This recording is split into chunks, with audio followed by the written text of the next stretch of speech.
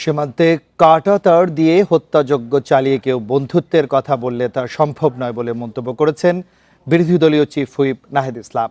মঙ্গলবার রাজধানীর diploma engineers ইনস্টিটিউটে শাপলা হত্যাকাণ্ডের আলোচনা সভায় তিনি এসব কথা বলেন। এ সময় অন্য বক্তারা অভিযোগ করেন, সে সময় বিরোধী দল হিসেবে বিএনপির ভূমিকা শক্ত ছিল না। ২০১৩ সালের ৫ মে রাজধানীর শাপলা চত্বরের হত্যাকাণ্ড নিয়ে তথ্যচিত্র নির্মাণ করেছে এনসিপির সহযোগী সংগঠন ন্যাশনাল ওলামা অ্যালায়েন্স।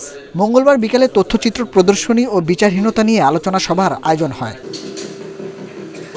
এতে যোগ দিয়ে সেই ভয়াবহ হত্যাকাণ্ডের বিচার দাবি করেন আলেম সমাজের প্রতিনিধি, রাজনীতিবিদ, মানবাধিকার কর্মীরা। তাহলে আমাদেরকে একটু নিজেদের দিকে তাকাতে হবে, আমরা ভুলটা কোথায় করেছি।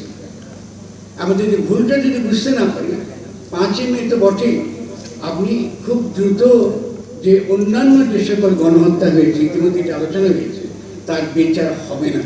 আপনাদের মা বলেছে দাঁড়াইবার জন্য, তা আজকে হেফাজতের সেই কালো রাত্রিতে যারা শাহাদত বরণ করেছে, পঙ্গুত্ব বরণ করেছে, তাদেরকে খুঁজে বের করে সেই বিচার করার দায়িত্ব হলো বর্তমান সরকারের।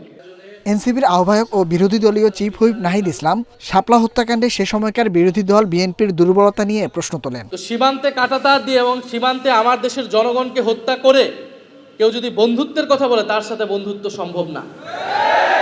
কাঁটাতার দিয়ে কারোর সাথে বন্ধুত্ব করা যায় না, এবং আমরা বিশ্বাস করি এই কাঁটাতার সেই দেশের জনগণই একদিন উপড়ে ফেলে বাংলাদেশের জনগণের সাথে বন্ধুত্ব করবে। এনসিপির আহ্বায়ক আরও বলেন, ২০১৩ সালে মাদ্রাসা ছাত্রদের ঢাকায় এনে মৃত্যুর মুখে ঠেলে দেওয়ার দায় সব রাজনৈতিক দলকে নিতে হবে।